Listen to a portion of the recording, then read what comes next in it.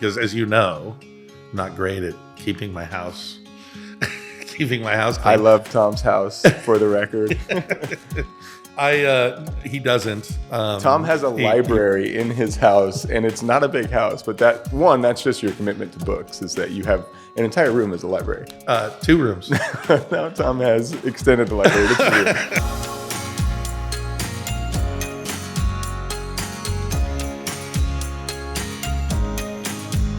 Hey everybody, welcome back to our podcast, now episode 2, where we are going to continue to answer questions that come up in Tom Velasco's teaching through the book of Revelation. Welcome back to our makeshift studio, Tom. Thanks, Tucker. Good morning, everybody. Glad to be here. I guess it's morning for us, but it is morning. It could be any time of the day for whenever you guys I doubt it is morning. It's actually pretty early morning, to be honest. Yeah. I made a scheduling snafu and realized that the only time we can schedule is before everybody else got here to the church. So yeah. So we're dragging a little bit. Might be a little slow on the uptake this morning. Well, I'm feeling pretty good, but Tom, so the way that we've been doing this, the way that we have done this, is Tom's teaching through the book of Revelation, and that's a live stream that happens once a week, and then we take any questions that might come up from that teaching and get together and talk about them. So we've done it once, and now we have a whole new round of questions based off last night's teaching. If you haven't watched that, it's available online at Calvary Chapel Boise's YouTube page. Yep. Are you ready to answer some questions? I'm ready. Let's go. Okay. Let's just get right into it then. It seems a lot of people think the blessing of reading Revelation is that they get a secret knowledge of the future. And so this comes up because last night you covered a verse that says anyone who reads this book will be blessed. So the question is, what blessing do you actually get from the book? If in qualified, is it a secret knowledge of the future? Are you blessed because you're more prepared? Is it a blessing in the sense of you're just going to have a good day? What do you think the book is getting at, the writer's getting at when he says you're going to be blessed just for understanding this book? Yeah. So I think I would give 2 components to this particular question, or I should say an answer. Number one, I don't think there is a single blessing to this book. I think that there are many blessings, kind of like reading through the book of Ephesians or reading through the book of Romans. There are many things written in the book that are going to bless us in various ways. I do think that one part of that blessing is the prophetic voice, or I should say things that are being communicated through the prophecies.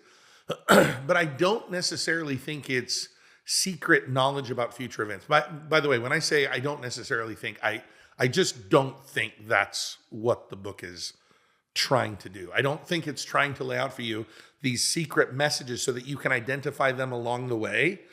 And then your blessing is going to be that when you see them, you know that something is coming in the future. I don't think that that's what John is trying to do. I think now, because I think there are many different blessings, I can't give you like one specific answer to this question. I think this is the kind of thing that we're going to see as we read through the book. I'm going to highlight this frequently. But I would just give you one example. The context of the book of Revelation is that the church is at this particular time going through, and I mentioned this both last podcast, and I've mentioned this briefly in passing on Wednesday nights, or maybe the first Wednesday. But the context is that the church is undergoing a period of imperial persecution, right? A time in which people are suffering, people are being forced underground, in a sense, to worship. Scriptures are being taken from people are being thrown into prison, exiled, all that kind of stuff. And so one of the blessings, and I think probably one of the primary blessings of this book, is that the Lord is essentially saying, hey, this is not going to be this way always. Like, this is going to end, and there is going to be a time of rest, reprieve, and judgment against those who are persecuting you. So that would be one example of a blessing that is going to appear in this book. Pretty soon, we're going to get into the letters to the churches, where Jesus essentially dictates a series of letters to 7 churches in Turkey, what is today Turkey, what was then called Asia Minor. And in these letters, he's going to give encouragements, exhortations, and rebukes, each individually being a blessing to the reader. And so when John says, if you keep and obey, you do what this letter tells you, you will be blessed. That's kind of what I envision it saying. I think even as you were talking, one of the themes that has already come up, just 2 recordings, 2 teachings, is this idea of the brevity of his return, or how short our life is, or how short the waiting is. And I think when you live that way, when you live expecting the end and living as though your life will end or that the world will, be put to right, that's a blessed life. Yeah. It is a blessing to have that perspective. I even think of a comment that came in last week's episode, and somebody wrote in, "Love the podcast. Thanks for doing it. Maranatha." Yeah. Come quickly, Lord. Yeah. And it's like, that's just a blessed guy. Yep. He's a guy that's like, I love thinking about the return of Christ. I love thinking about my life within a short window. I love thinking that whatever I'm going through, it will be shortened by the return or meeting him face to face. And that seems to be a good way to live, even apart from Christian doctrine. People who live with the end in mind seem to not dwell on the past, seem to not overemphasize the current events or, the current thing you're going through. And those people do seem to have a certain peace or contentment. So there's, even within the first paragraph, there's something practical that comes out that would lean towards blessing, I think. Yeah. By the way, that reminds me of a friend of mine years ago. I would have been in my 20s, maybe mid-20s, and my friend was around the same age. He was going to a church here in Boise. The church folded, essentially, just kind of stopped being a church. He was looking for a new church and found it. And I remember, as I was just talking to him about the process of kind of finding this new church, he said he found this church which was very different from any church he'd been to before, in that the congregation was essentially comprised of people almost exclusively over the age of 65, right? So he said you had a lot of members who were in their 80s, 90s even, and a very small part of the congregation was, young family or even kids, right? And he said that one of the things that really drew him to that congregation was that this body of believers just was so excited about going to heaven. He said there were a lot of tragedies that had befallen many of the families in the church, and they were just like, you know what? This world's not our home. We're actually super excited that the end is not far off, and we can't wait, kind of thing. Well, and now I'm thinking of just as an encouragement for all of us to be inspired by these kind of attitudes. Mm-hmm. When we were going through the great 2020, lockdowns and pandemic and the rollout of all this stuff, I remember one specific group that was so inspiring to me. It was a group of older people that meet at our church, and they were calling in like, "Hey, we need to meet. Can someone please, can you send a pastor just to meet with us?" And it was mostly 70 to 80-year-olds and even beyond. And I remember meeting with him, and I said, I was going in kind of nervous because no one knew what was going on. And I said, are you guys comfortable, gathering? And this is like 15 people in a living room. This is like early 2020. Oh, so this is in COVID. Yeah, COVID era. And one of the ladies says, "We're too old not to.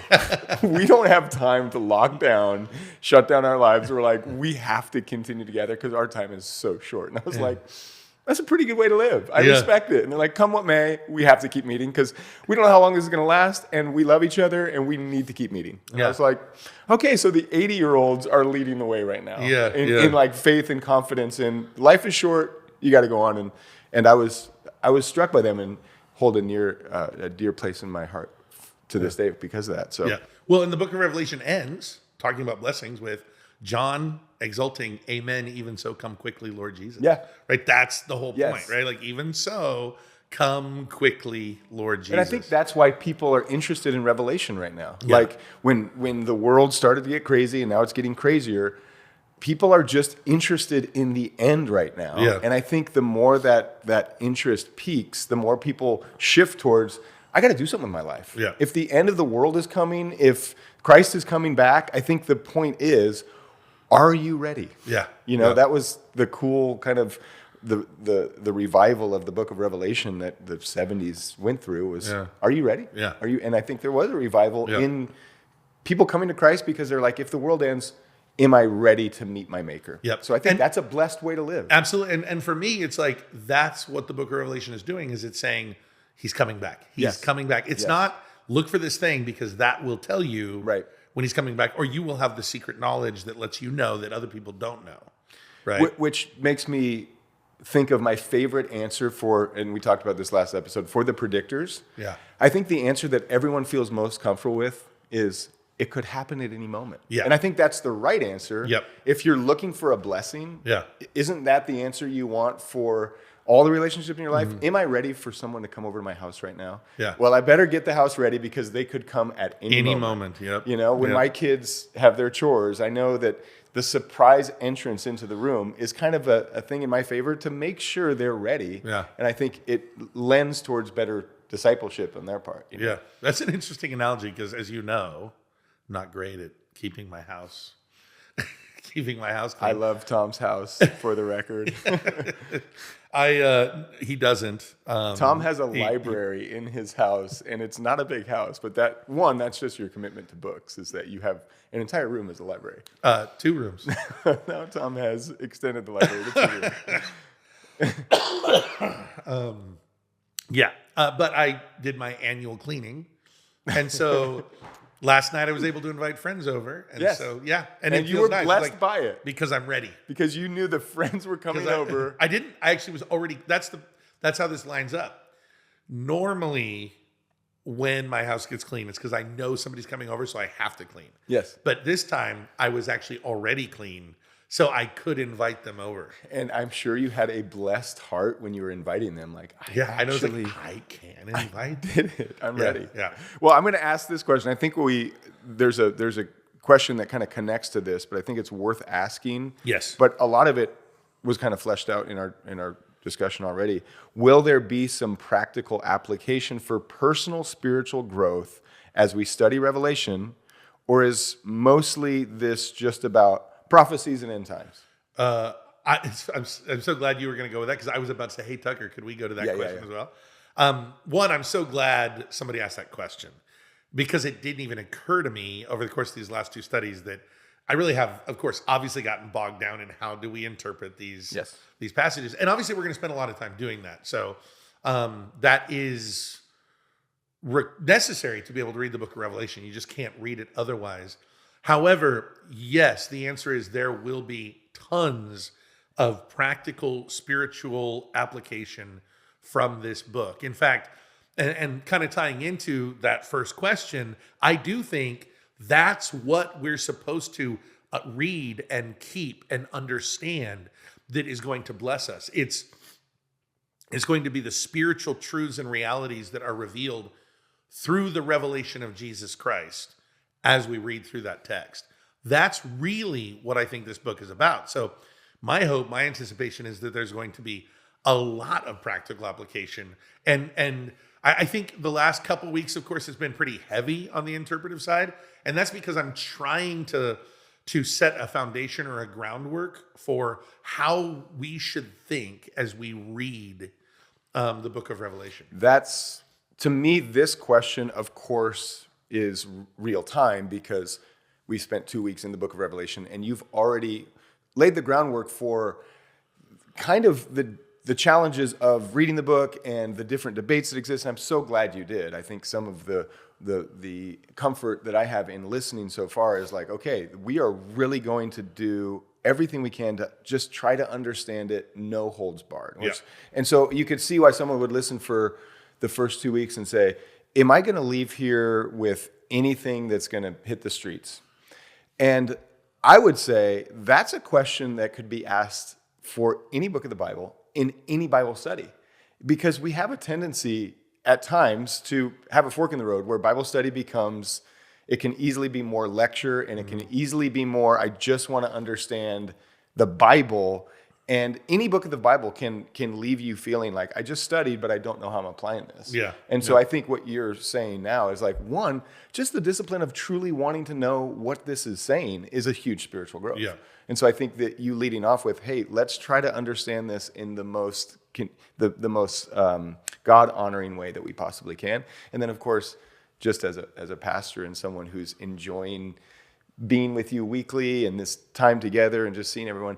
I think there is a spiritual growth in just being committed to going through a book of the Bible with believers. Yeah. That's just good for your life. Yeah. And we all know that when you started the book of the Bible and everyone gets excited for the first couple of weeks, and by the end there's attrition. There's attrition always. And so one spiritual growth that I encourage everyone is, if you committed to starting the book of Revelation with a community of believers that want to understand it together, here's a spiritual growth that will just come from continuing and enduring. Make it to the end. Mm-hmm. Just keep studying it and find out what an entire study with a commitment with a community would look like. Yeah, that's a really good point. And it's one of the things that I often share is something I read C.S. Lewis say about reading the Bible.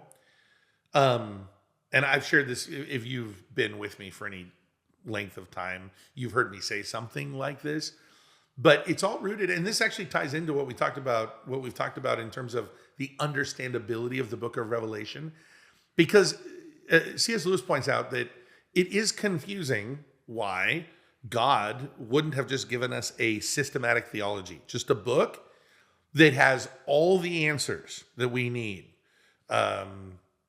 Is there a God? Yes. How many? One. Mm-hmm. Is he triune? Yes. Please explain it to me. And then you have an index, and it tells you where to find the answer to all these questions. Can I lose my salvation? Yep. What page? What happens at the end of time? Yep. What page?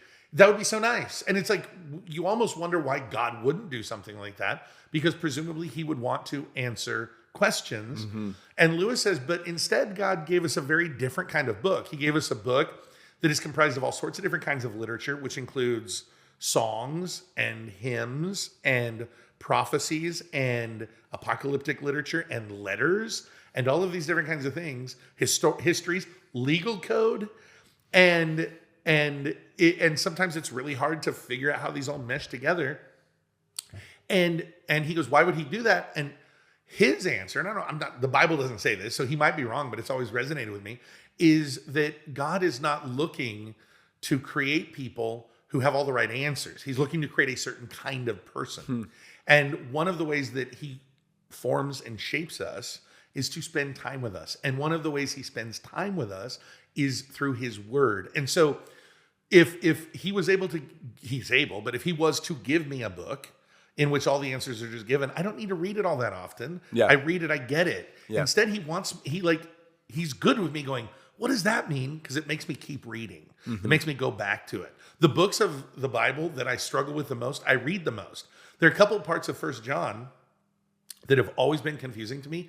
I've read 1 John 300 times, 400 times. I don't know. I've read it so many times just to try to get at what does this text mean. And so the spiritual growth isn't just understanding 1 John. Exactly. One of your disciplines that's being cultivated in 1 John or Revelation is this desire for a deeper understanding, a desire to stay with the text, a desire to go back and read it again and ask more questions. And I think assuming that, yes, there will be obvious ways that the book of Revelation will be into your life in very practical, personal ways, this is already one of the answers that we could give. That, studying the book of Revelation will give you a hunger to ask questions and come back for more and learn with people and ask questions not only to the teacher, but to the other students. And so I'm excited for what that looks like. And once again, I'll say, let's see how many people we finish with. That's always an exciting thing as the Bible teacher. So you start with a lot, you finish with very few.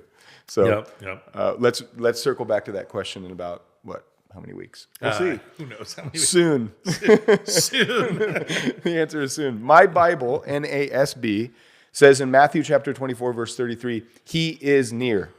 How could that apply the fig tree generation to the temple and not Jesus' return? Okay, that was a good question. It's one I'm glad I saw last night because I had to look it up. I was like, wait a minute, what? Yeah. Because, of course, the New King James translation that I've been reading from does not say he is near. So that's one of the things, right?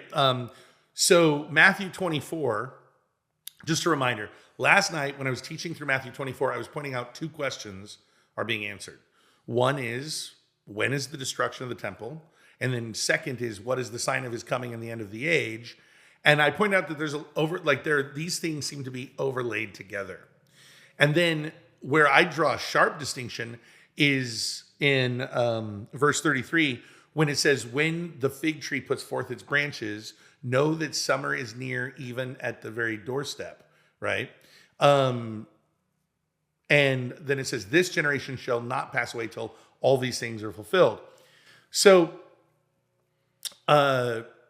my translation doesn't say he is near. It says summer is near. Okay. So of course, as soon as I saw this question, I'm like, wait a minute. The NASB says he is near. So I have to look it up. So I'm like, oh, NASB does. So does the ESV.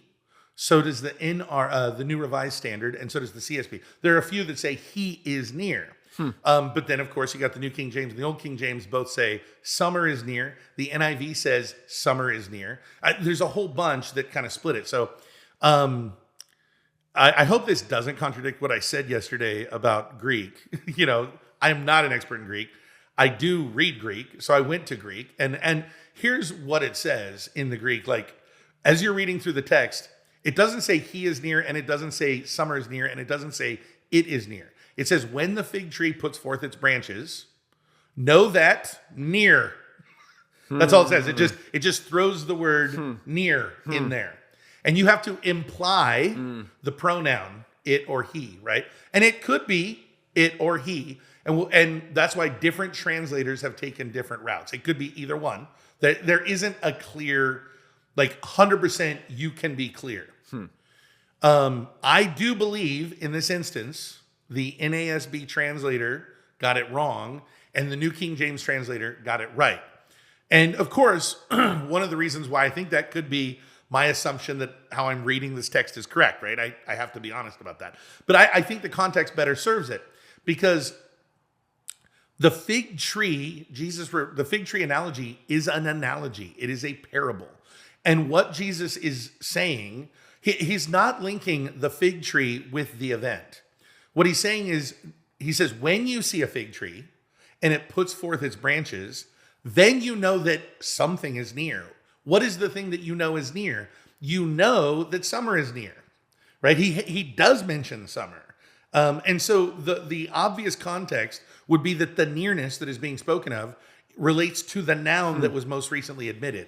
That would be true just generally in grammar. Like if I was making an argument from the grammar, usually it's not an absolute rule, but I said pronoun, that's not correct. The adverb near would be related most likely to the presence of that thing that was just talked about.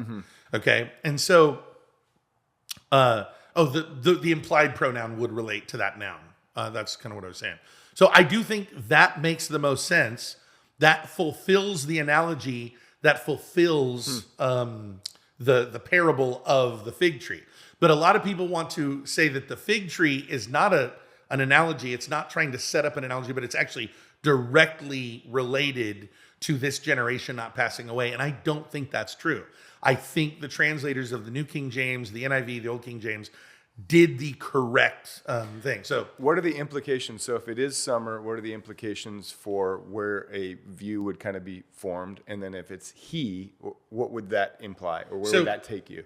Yeah. So if it should be summer, if that's what it's doing, then the fig tree itself and the relation of summer is simply saying, when you see the branching of the fig tree, you know that a certain season is coming, right? So that's one thing.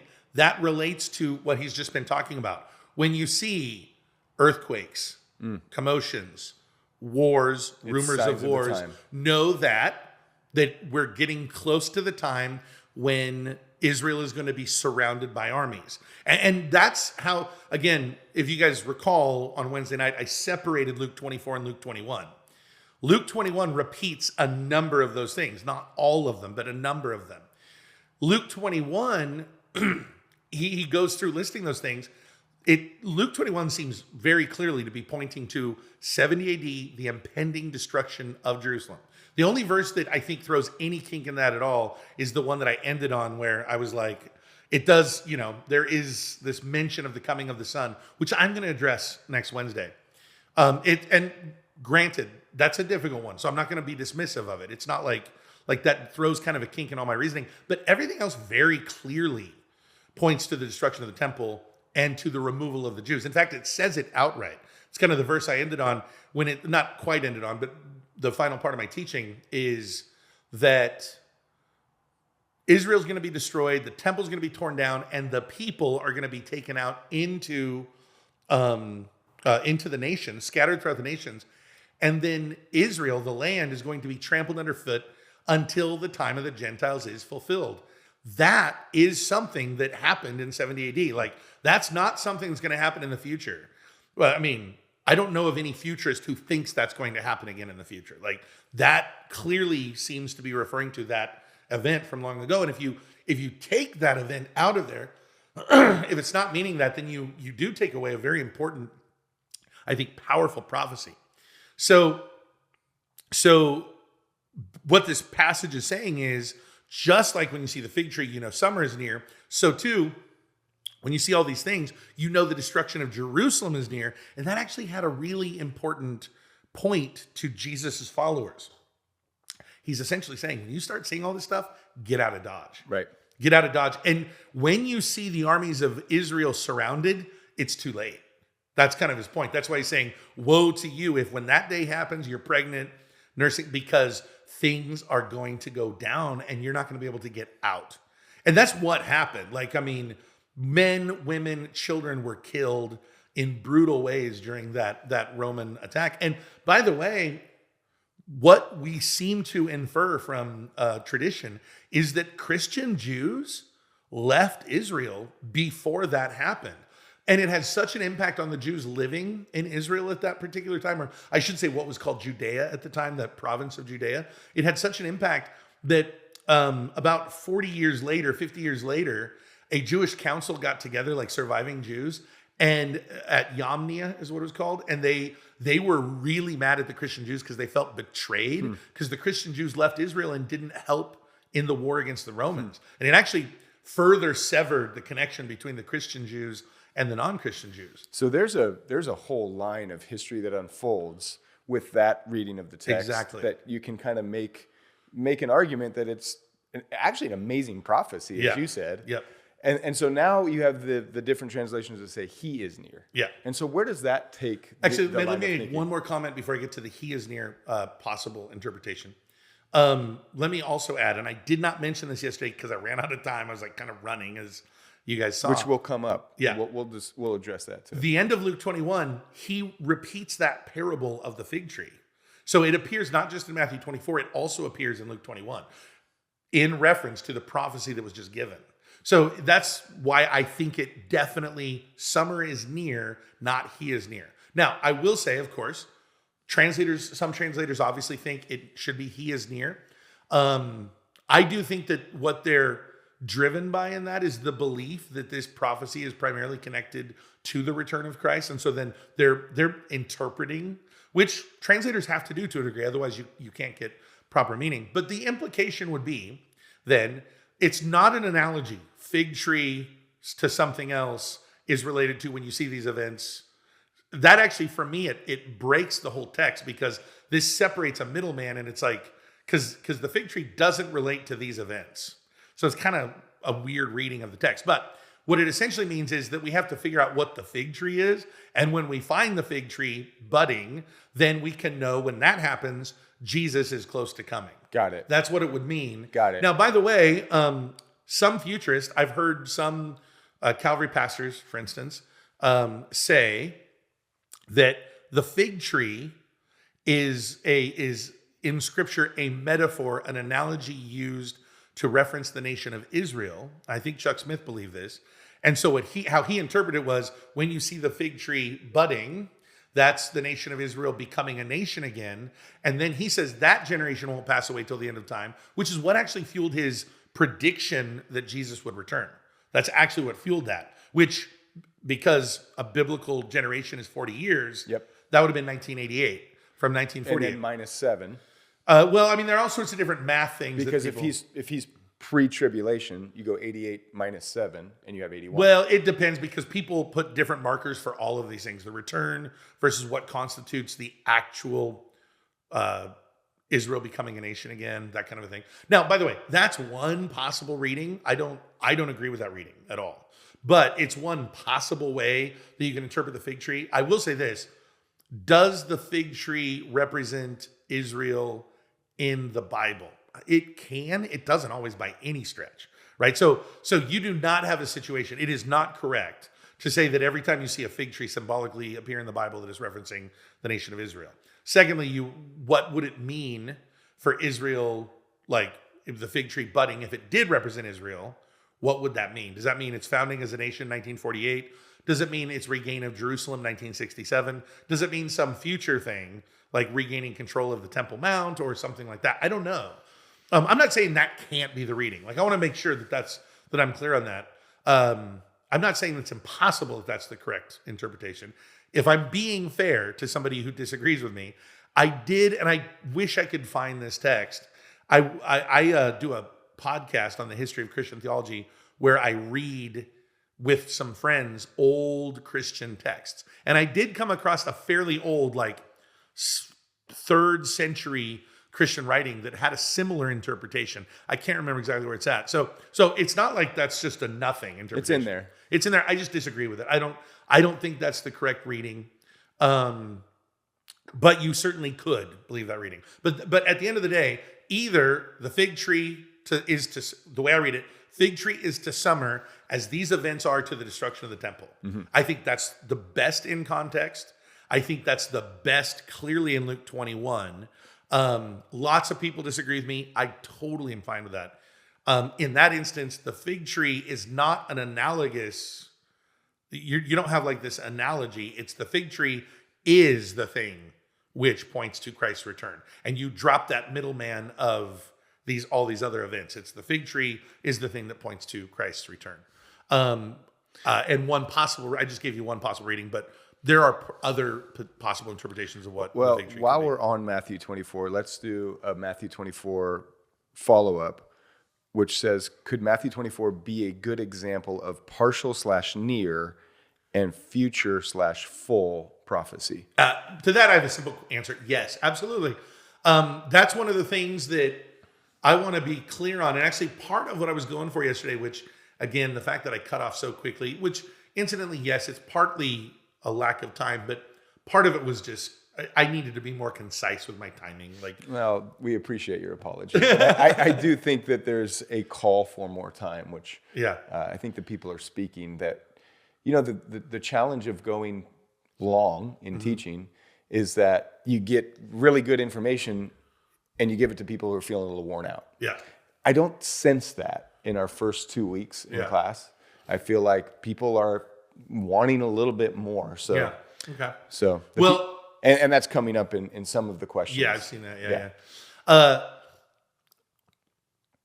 So the Luke 21 passage mostly seems to me about the destruction of the temple. The Matthew 24 does seem to have, at least it's largely about the destruction of the temple, but also it does seem, and this is kind of one of the points I was trying to bring out, to resonate into the future beyond a little bit. Like he really is answering to questions. So yeah, I definitely think it could have that immediate fulfillment in the destruction of the temple. And I think it also could have kind of a secondary fulfillment later as far as that goes. I just am like reticent. I'm reserved about making a positive claim about what parts of it have a secondary fulfillment, if that makes sense. Like I believe scripture can have secondary future fulfillments. I just want to be careful not to assume a future fulfillment if there isn't something that directly points me to that. So one great example where that does happen, which is what we came across, is the passage where in Matthew, Jesus says, when you see the abomination of desolation standing in the holy place, that's in 33 AD. There's clearly some secondary fulfillment beyond what happened in 167 that the book of Daniel seemed to be talking about. So I feel totally comfortable about BC. 167 BC. Yeah. So I feel totally comfortable with that possible reading in the book of Matthew. And here's the other thing. I believe, and I'm going to teach on this as we go through the book of Revelation. So I don't want to expound it too much right now, but it's something that will come out and I will parse it a lot more kind of in depth. But I do believe that in the scriptures we read about many local judgments of God, right? The judgment of God coming upon nations. Kind of the paradigm examples would be the Babylonian conquest of Israel, taking them into captivity in 586 BC. There are all sorts of prophecies saying that's going to be God's judgment. I do believe that the judgments of God that are localized like that, or that are specific to a time and place, have kind of reverberate throughout history, and those things are repeated, right? There's a certain way in which God's kind of setting up a template and saying, this is going to happen again in the future, kind of thing. So I think that's always present when we're reading these particular texts. And it's something we should always keep in mind. And it's something that we'll have to wrestle with as the book unfolds. Absolutely. Because there's a lot of forks in the road Yeah. on how to interpret and how many times something is going to unfold. So, yes, right here. That last question as well seems to relate. Okay, let's ask that one. Ready? Yep. Okay, so Matthew 24. How can it be just the temple? In Matthew 24, verse 34, Jesus says, when all these things, capitalized all these things, know that it is near, even doors. Yes. Okay. So I have an answer here, which I think is going to sound evasive to people. I don't qualify the question, because the question is getting at if Matthew 24 is strictly about 70 AD. Yeah. And the temple being destroyed, and as you said, the really just a horrific battle that ensues in Jerusalem. Yeah, well, let me clarify. First of all, I don't think Matthew 24 as a chapter is only about the destruction of the temple, because there's that second question. What about your return in the end of the age, which I do think reverberates throughout. However, this question seems to be specifically about verse 34, which is the passage we've been talking about, where when you hear the parable of the fig tree, when the fig puts forth its branches, know that summer is near, even at the doors. It then says, when all these things happen, know that it's at the door, right? And so I think this is a really fair question. I'm going to give an answer. Somebody who disagrees with me may not like it and think that I'm hedging or being evasive. I don't think I am. But I totally understand why somebody reading this would say, no, this must apply to everything. Because it gets confusing when you use the word all. We have an assumption that the word all does enumeratively literally mean every single thing that was just talked about. And I mean, I'm not an expert on these things, so it's not like I can speak with the absolute authority. But what I can say is I've studied language a lot. I've studied linguistics. I've studied philosophy of language. I've studied several different languages: Latin, Greek, Spanish, German, right? And all languages actually kind of tend to work the same way. Every language has its own certain kind of nuance and things like that. So there are things that would be peculiar to Greek speakers that wouldn't necessarily be peculiar to English. But in general, the human mind and the human tongue adopts a lot of the same practices. This is not something peculiar to Greek. It's actually peculiar to every language, which is that we don't use the word all to literally mean every single thing in a particular sequence. We don't do it all the time. In fact, I just did it because we actually do it sometimes. Yes. Right? So it's like, I say we all the time don't do it, but actually we often do it that way. Well, that old slogan, all means all, and that's all means, is like, no, not at all. No, and not at all. Not at all. And I'll give you some examples. If you go, you could imagine coming home, you have leftover pizza from the night before. You're really looking forward to that pizza. You come home from work, you open up the fridge, you pull out the pizza box, and there's only one piece left. And you get mad and you go, who ate all the pizza? That's a very normal statement. Yeah. And you could envision somebody kind of playing off the language, coming in and going, nobody ate all the pizza, there's a piece left. Yeah.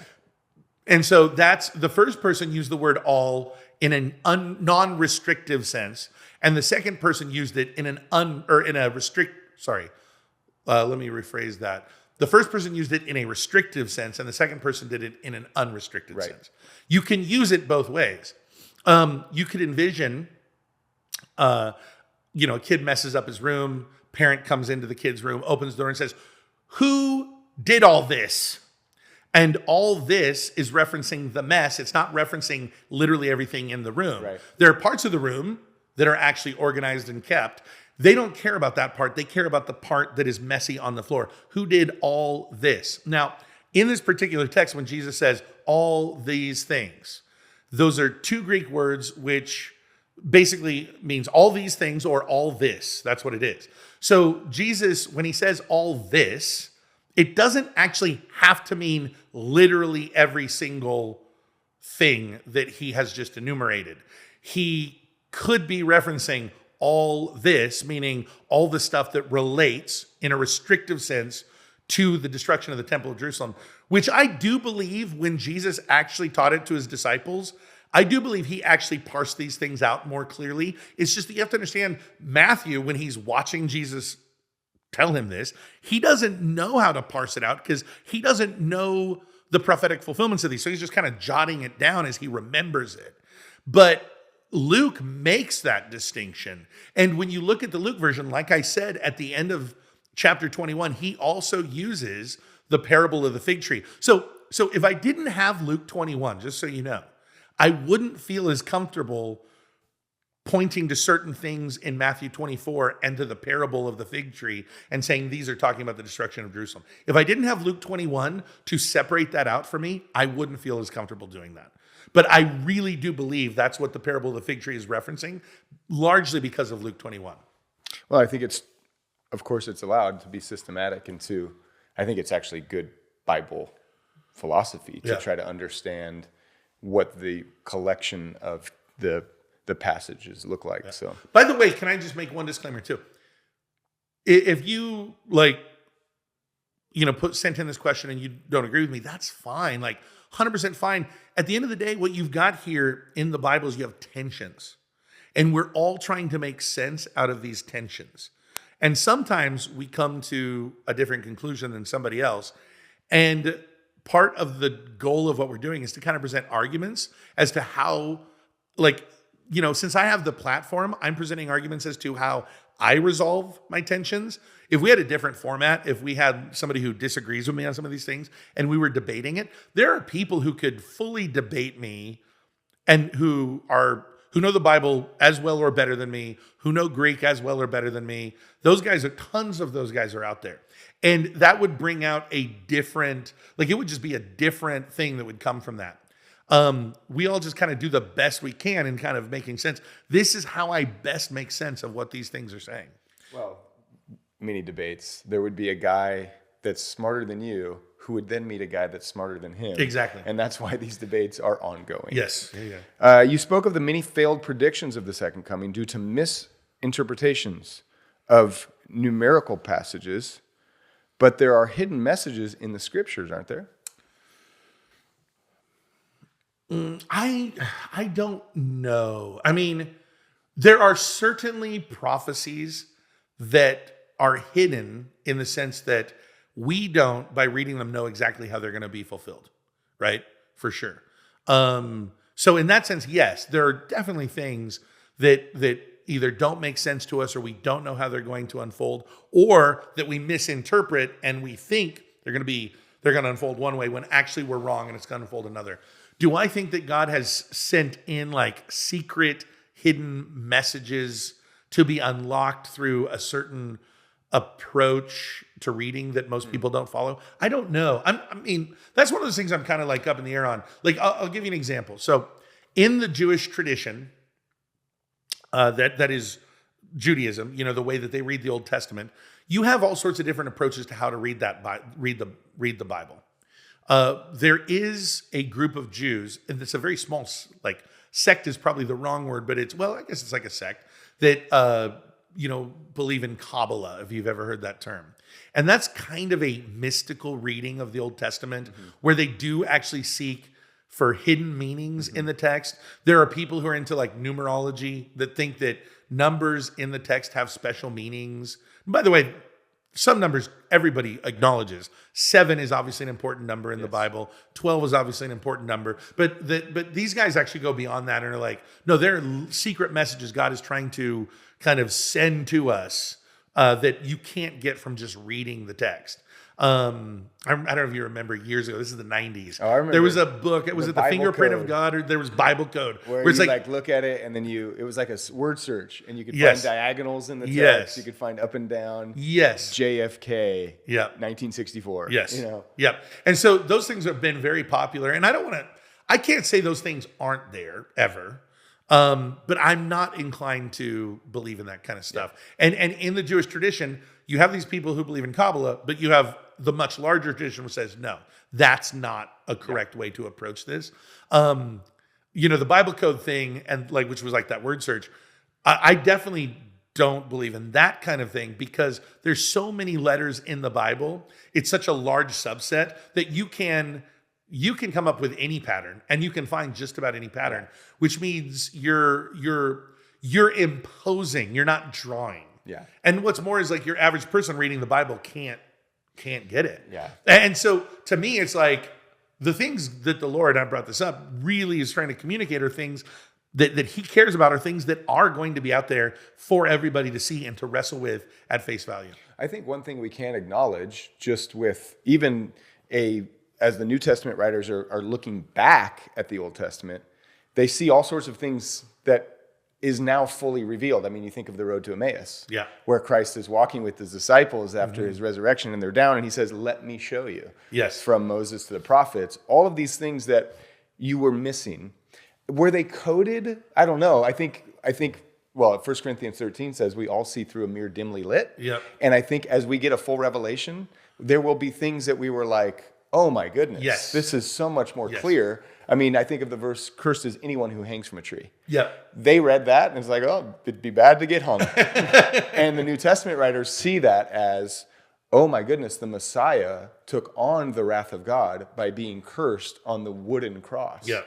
And so you can see as time unfolds and as God gives more revelation, I think you can look back and see a deeper meaning, see a deeper revelation. But is it encoded before God's timing? That if, for secret knowledge, I think we're warned against that. That's 100% what I 100% agree.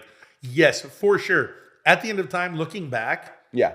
we're going to look at the New Testament. It's all the Sixth Sense. Yeah, right? there's going to M. be Night Shyamalan, Yeah, Sixth Sense. yeah. Like, I see that. Oh my goodness. That's such a great example. You The Sixth Sense movie, which has a surprise ending. You got to watch it the second time to see it all. And when you watch it the second time, you're like, every single thing is there. Yeah. You just didn't know it, It was till there the you whole look back. time. Yeah. And that's true. One of the things that shows itself very clearly in the Gospels is Jesus's disciples did not understand the plan. Yeah. It isn't until after the fact they look back and go, oh yeah, there wasn't the guy in the New Testament who's like, no. I've read the code and I get it. Yeah. And that's really what I'm saying about the secret code is that I don't think God's expectation is that we go through and find that secret code. I think prophecy serves two fulfillments. There are some prophecies which are very direct, and when they happen, you go, that's what I thought was going to happen. But I think a lot of prophecy is meant for post hoc confirmation, meaning after the things happen, I go back and I go, that's so right. That's so right. Yeah.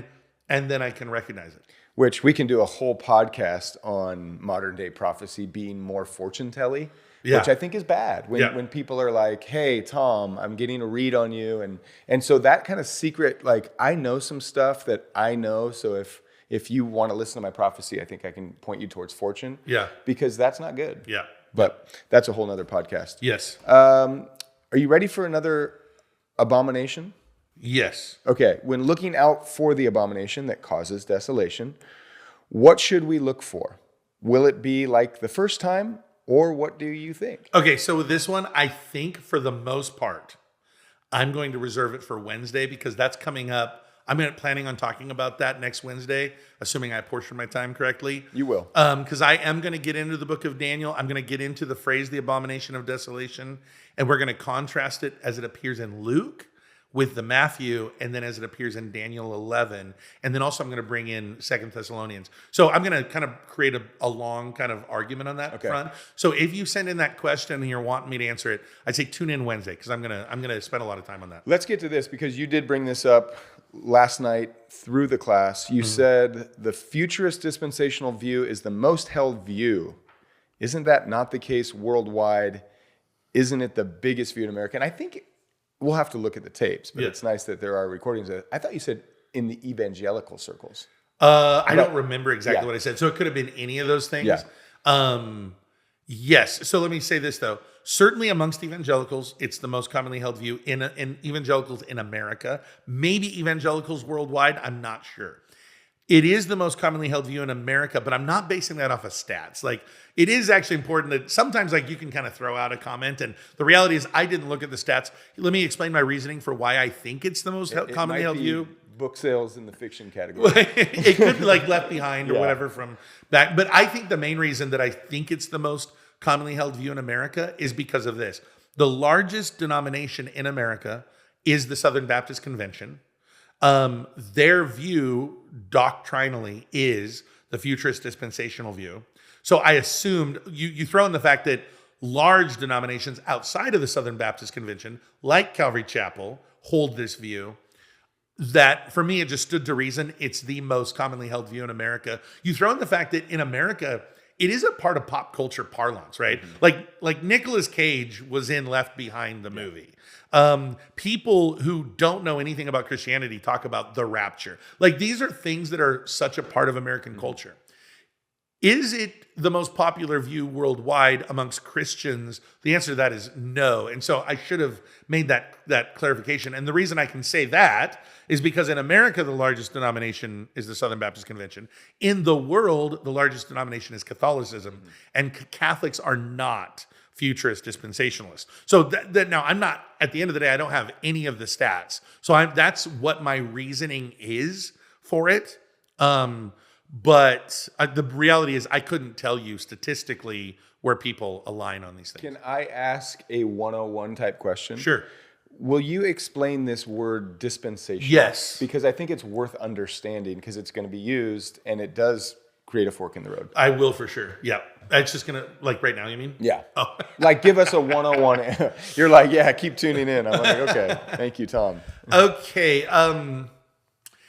Here's the tough thing. The word dispensationalist has a distinct meaning, but when I give it to you, it's not super clear why it relates to Revelation.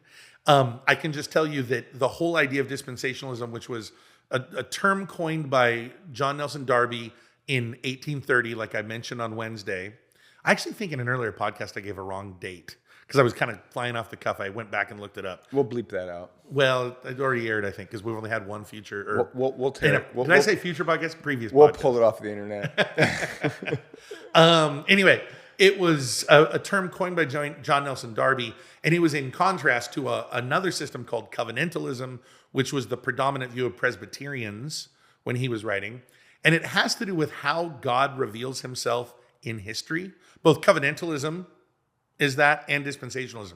The idea of dispensationalism is that throughout human history, there are different eras or dispensations, as Darby called them, in which God reveals himself differently to different people. So to make the clearest, simple distinction, in the Old Testament period, that's the dispensation of the law. That's when God communicated to his people through the law and the legal code and the sacrificial system. So people offered sacrifices of rams for their sins. In the current dispensation, the dispensation of the church, God doesn't do that. We don't do a sacrificial system. Instead, we do communion. That's like taken the place of that. And we have the gospel as kind of this clearly laid out reality about the death and the resurrection of Jesus. And so Darby basically saying each of these different epochs is an era in which God reveals himself differently to different people. How that relates to end times just has to do with the final epochs. That's actually the only relationship. So, but people just, and so this is what makes it tough. I'm throwing out the term and not defining it, which is hard. But the reality is if you talk to theologians and even people who are just academics talking about what evangelicals believe on eschatology and time stuff, they're just going to call us dispensationalists. Even though the reality is dispensationalism is actually only in a very small way concerned with the end of time. Or not small way, but they've just got a bunch of other things. Chapter. Yeah. Cool. The theme of the other questions, a lot of them are just having a longer time in your class. So yes, if that's something that you would like Tom to consider or even just start, then Leave a comment below. Hit subscribe. Thanks for watching. And Velasco, any final words? Wait, do you want me to say something about the longer time? I think we'll have to make a decision on it, but your cry has been heard. Your cry has been heard. And are you willing to? I mean, I you am could, willing. You Absolutely. can say that. I didn't even make the decision to cut it back to an hour. Yes, you did. You did. You did. No, you did. I think we better end this before it becomes not internet friendly. Okay, thanks for tuning in again. Thanks, if guys. you haven't subscribed, please do, because we just started this channel and we would love to have a better way to connect with you who are interested in follow-up conversations to the teaching through the book of Revelation and future topics that Tom and Tucker are going to discuss. Yeah. Thank you, guys. I'll see you next Wednesday. Peace.